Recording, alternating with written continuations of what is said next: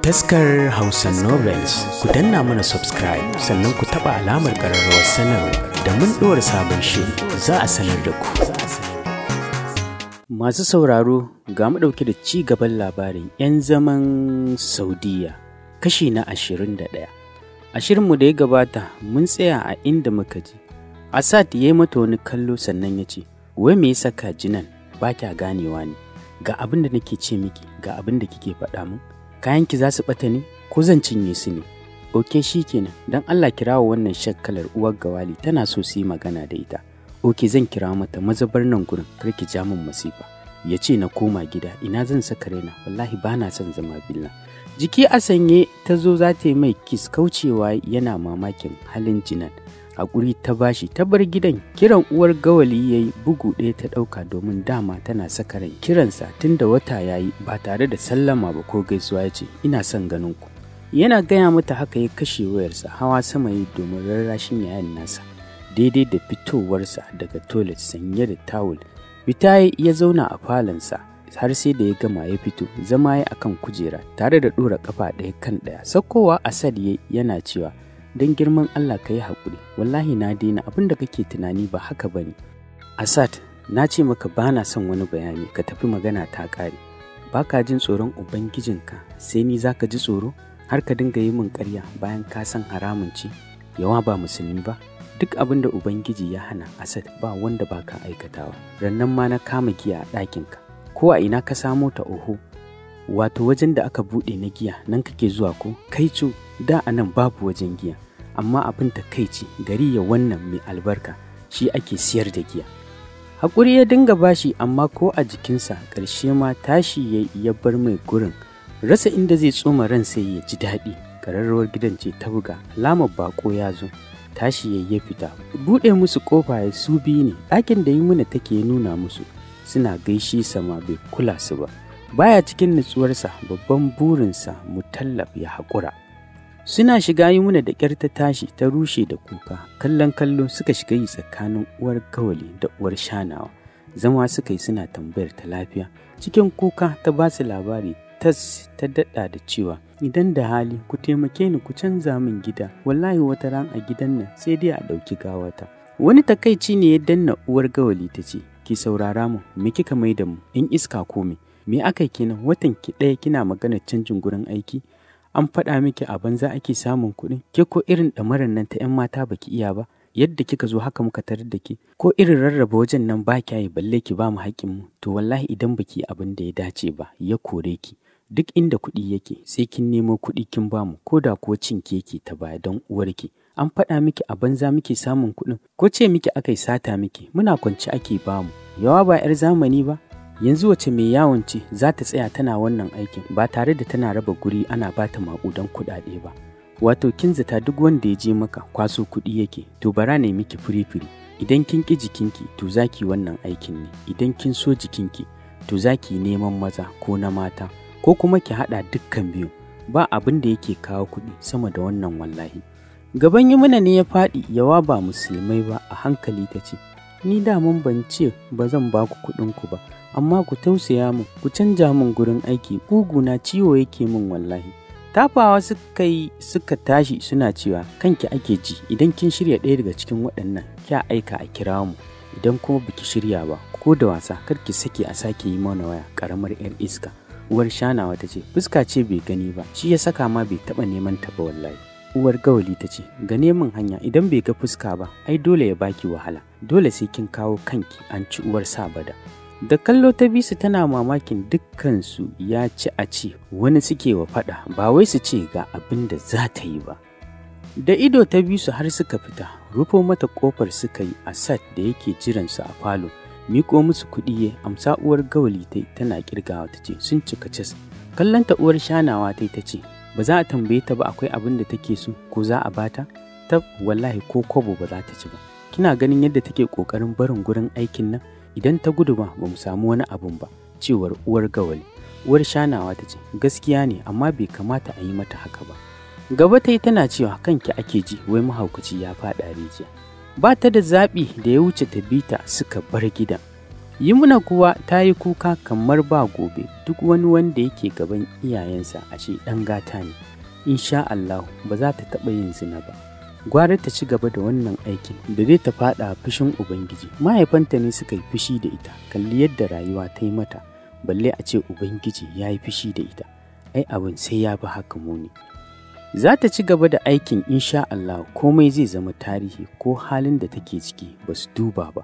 Ko a jikinsu hawaye ta share, ta ci gaba da kuka. Ko yaushe za ta daina kukan nan?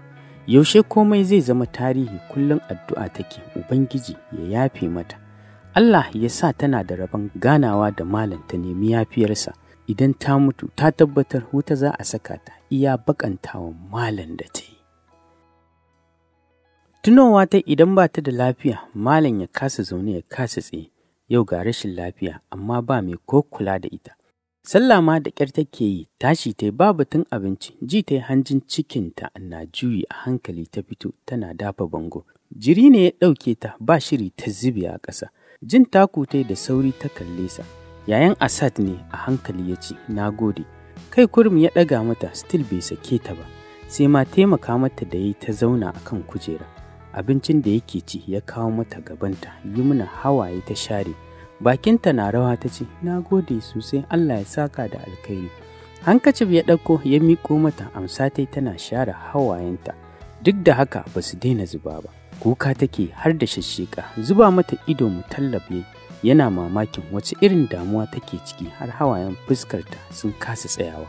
Ƙyale ta yi mai isarta, sannan ya ce, ko zan iya sanin damuwarki? Dago jajayen idanuwanta ta kalle sa, ta mai da kanta ƙasa.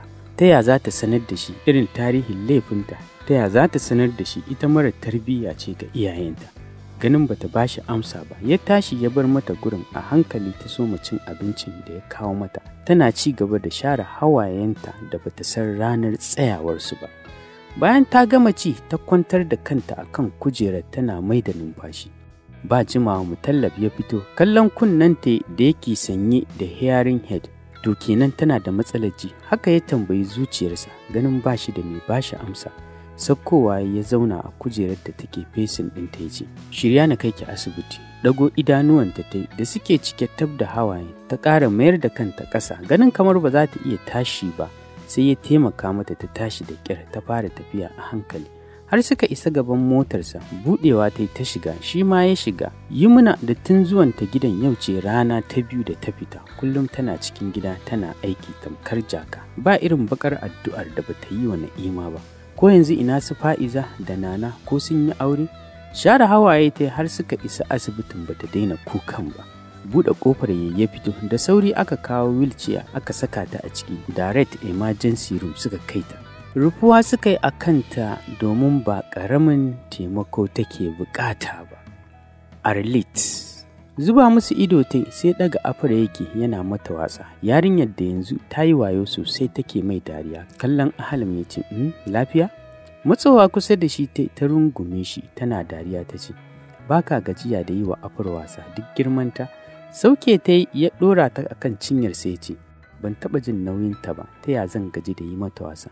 Wallahi a duk lokacin da na kalle ta, yadda kika san anti nake kallo. Allah ya ji kanta, ya gafarta mata, ya sa ta huta. Cijen lips ɗinta ta yi tana amsawa ciki-ciki, lura da haka ya share. Suka ci gaba da hirarsu, yana yi wa afira wasa. Ahalam ta ce, to shi Muhsin ya yarda zai aure ta? Juraj ya ce, ba dolensa ba, zaɓin iyayensa ce fa. Kuma ni wallahi ban ga laifinsu ba. Idan aka bar Muhsin, to sai lokacin da wannan yarinyar ta dawo sannan zai yi aure. Shi ko tsoro baya ji ya aure ta, ƙarshe tana da HIV.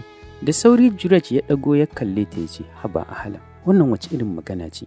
Ki fatan duk inda take Allah ya kare mata mutuncinta da imaninta. Beb ta san fa ita bazaura ce, to mene ba za ta yi ba? Dan murmushi Juraj ya ce, mijinta ko taɓa mata hannu bai ba, ya sake ta. Da sauri ta kalle sa, sai kuma ta taɓa baki ta ce, Allah ya kyauta. Amin ya Allah, ya ce.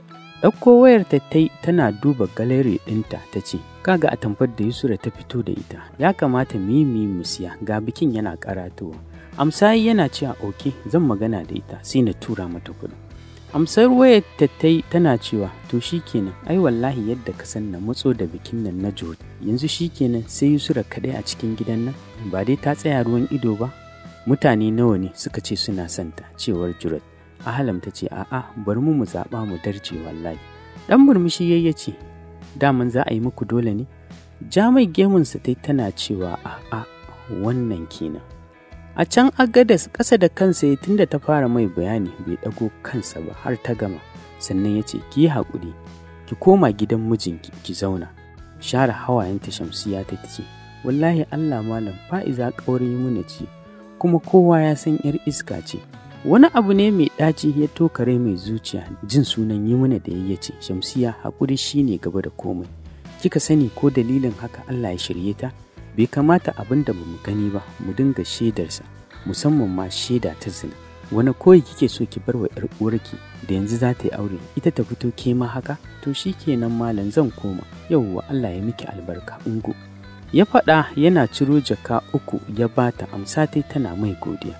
Shiga cikin gida ta tarar da Nazifa tana girki inna da babu Lami suna hira.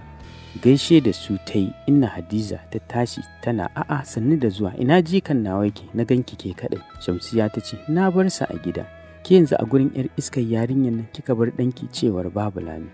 Ɗan jimtai ta ce ai ba jima zan yi a nan gidan ba. Nazifa ba magana? Anti Shamsiya jira nake ku gama hirar ku sai mu yi magana.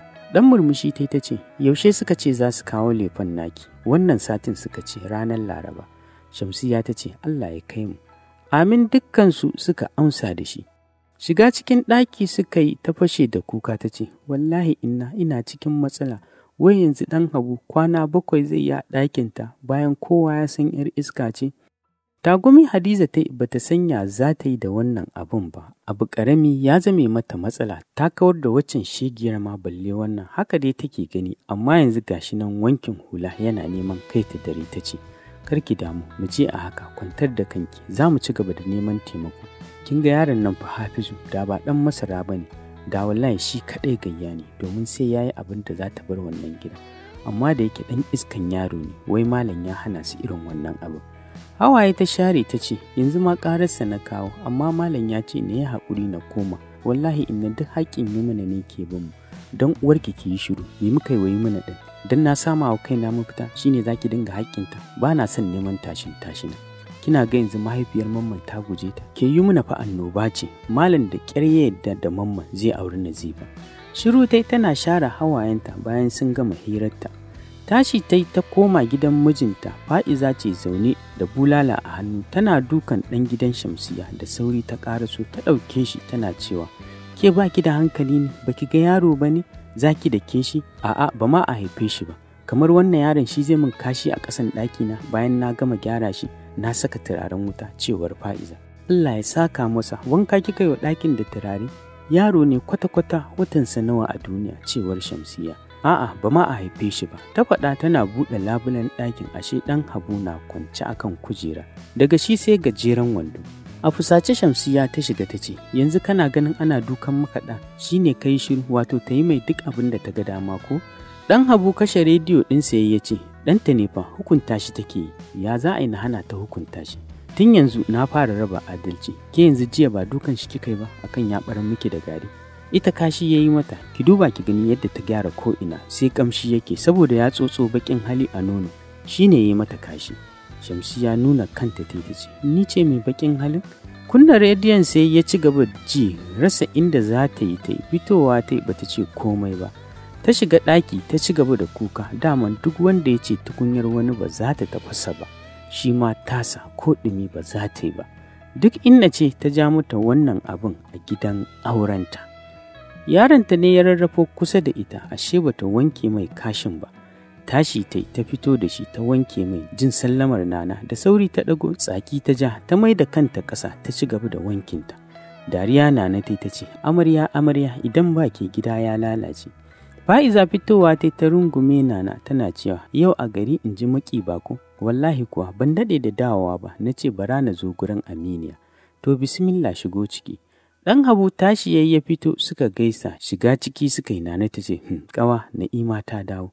Da sauri Fa'iza ta ce don girman Allah wallahi kuwa amma ba ta da lafiya, ke kin ga yadda ta koma kamar wata aljana. Tafawa suka yi. Fa'iza ta ce, ina ƙaryar kuɗin da ake mana, kuɗin kasuwanci, ita ma haka yi mana za ta dawo ba arziki. Ke dai Allah ya so ni da rahamarsa, da tuni ina can, ashe haka larabawa suke ba su da mutunci kwata-kwata. Fa'iza ta ce, ina suka gansa sun mai da baƙar fata kamar wani inji. Ni na fi ganin wanda suka je suka zaunar musu, gashi nan ni na ya aure, zan zauna a ɗakin mijina insha Allah. Mutuwa ce za ta raba mu iya wuya, wa ya san halin da take ciki sai Allah, cewar Nana. Hira suka yi sosai har ta dafa musu abinci suka ci, sannan Nana ta tafi Riyadh, Saudiya. Duk wani abu da ya kamata su yi mata sun yi mata, sannan suka cire mata injin kunnanta. Allah ya rufe asiri, jinta ya dawo normal. Zaunar da Mutallab likitan ya shaida mai matsalar Yumna sosai, ya tausaya mata, sannan ya yi mai bayanin idan an bi dukkan wasu dokoki za ta dawo daidai. Aiki ne ya mai da ita haka, tana aikin da ya fi ƙarfin jikinta. Godiya ya yi mai, ya fito kai tsaye, fita yi daga asibitin baki ɗaya. Bayan ya yi fakin ɗin motarsa ya fito, tarar da Asad ya yi a farfajiyar gidan yana danna waya. Jiya kamar ya kwaɗa masa mari, amma sai ya danne. Ya ƙarasa kusa da shi ya ce, wallahi ka ban mamaki, ashe rashin imaninka har ya kai haka ga yarinyar nan. Na kai ta asibiti, cin ce aiki ne ya mata yawa, ga ciwon zuciya da yake barazanar kama ta, jininta ya hau. Asad, an adam ba abin wulakantawa ba ne, kowa da ka gani akwai irin ni'imar da Ubangiji ya yi mu, don haka daga yau ba zan sake ɗaukar mai aiki ba. Ita ma wannan idan ta samu lafiya na san abin da zai yi a kanta. Bai ba shi damar magana ba, yana gama faɗar haka ya bar gurin. To wasa-wasa sai da Yumna ta yi sati 3 a asibiti. Ranar da za a sallamo ta, Mutallab ya ji ta yi kalau kamar ba ita ba, har ƙiba ta yi. Zama ya ce, to alhamdulillah, tunda Ubangiji ya baki lafiya, Allah shi ne abin godiya. Yumna ta share ƙwalla ta ce, alhamdulillah na samu lafiya, ba abin da yake damuna. Masha Allah, haka ake so. Saboda halin ɗan uwana ba zan sake ɗaukar mai aiki ba. Ke ma zan haɗa ki da wata baiwar Allah, tana da kirki, ni da kaina zan ba da kuɗi a yi miki igama. Ki zauna ki fara siye da siyarwa, hakan zai fi miki, da ƙuruciyarki ki kashe ta a gurin aiki, tunda duk wanda kaga ya baro gida to ba ƙaramin abu ne ya raba shi da mahaifarsa ba. Duk lokacin da kika ji sha'awar komawa gida sai ki koma. Godiya ta yi mai sosai, sannan ya ɗauki kayanta suka fito. Yumna dannewa take, tana tsoron kar ta ƙara faɗawa hannun da ba nagari ba. Tunda ta shigo mota take addu'a har suka isa gidan. Fakin ya fito. Gida ne mai girma, da alama shi ma na haya ne. Waya ya ɗauko, ya ɗan yi danne-dannensa, ya kara a kunne. Bata san wace magana ya yi ba, ya maida ta aljihunsa. Ga baki ɗaya Yumna a tsorace take. Takun da ta ji da sauri ta juyo. Matar za ta yi sa'ar Mami, tana sanye cikin bakar abaya, da ka ganta ka san tana cikin kwanciyar hankali.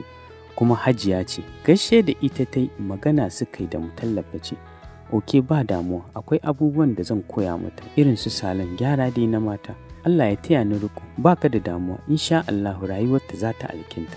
Godiya ya yi mata, ya ɗauko kuɗi ya ba wa Yumna, amsa ta tana godiya. Hajiya Maimunatu kama hannunta ta yi, suka shiga ciki.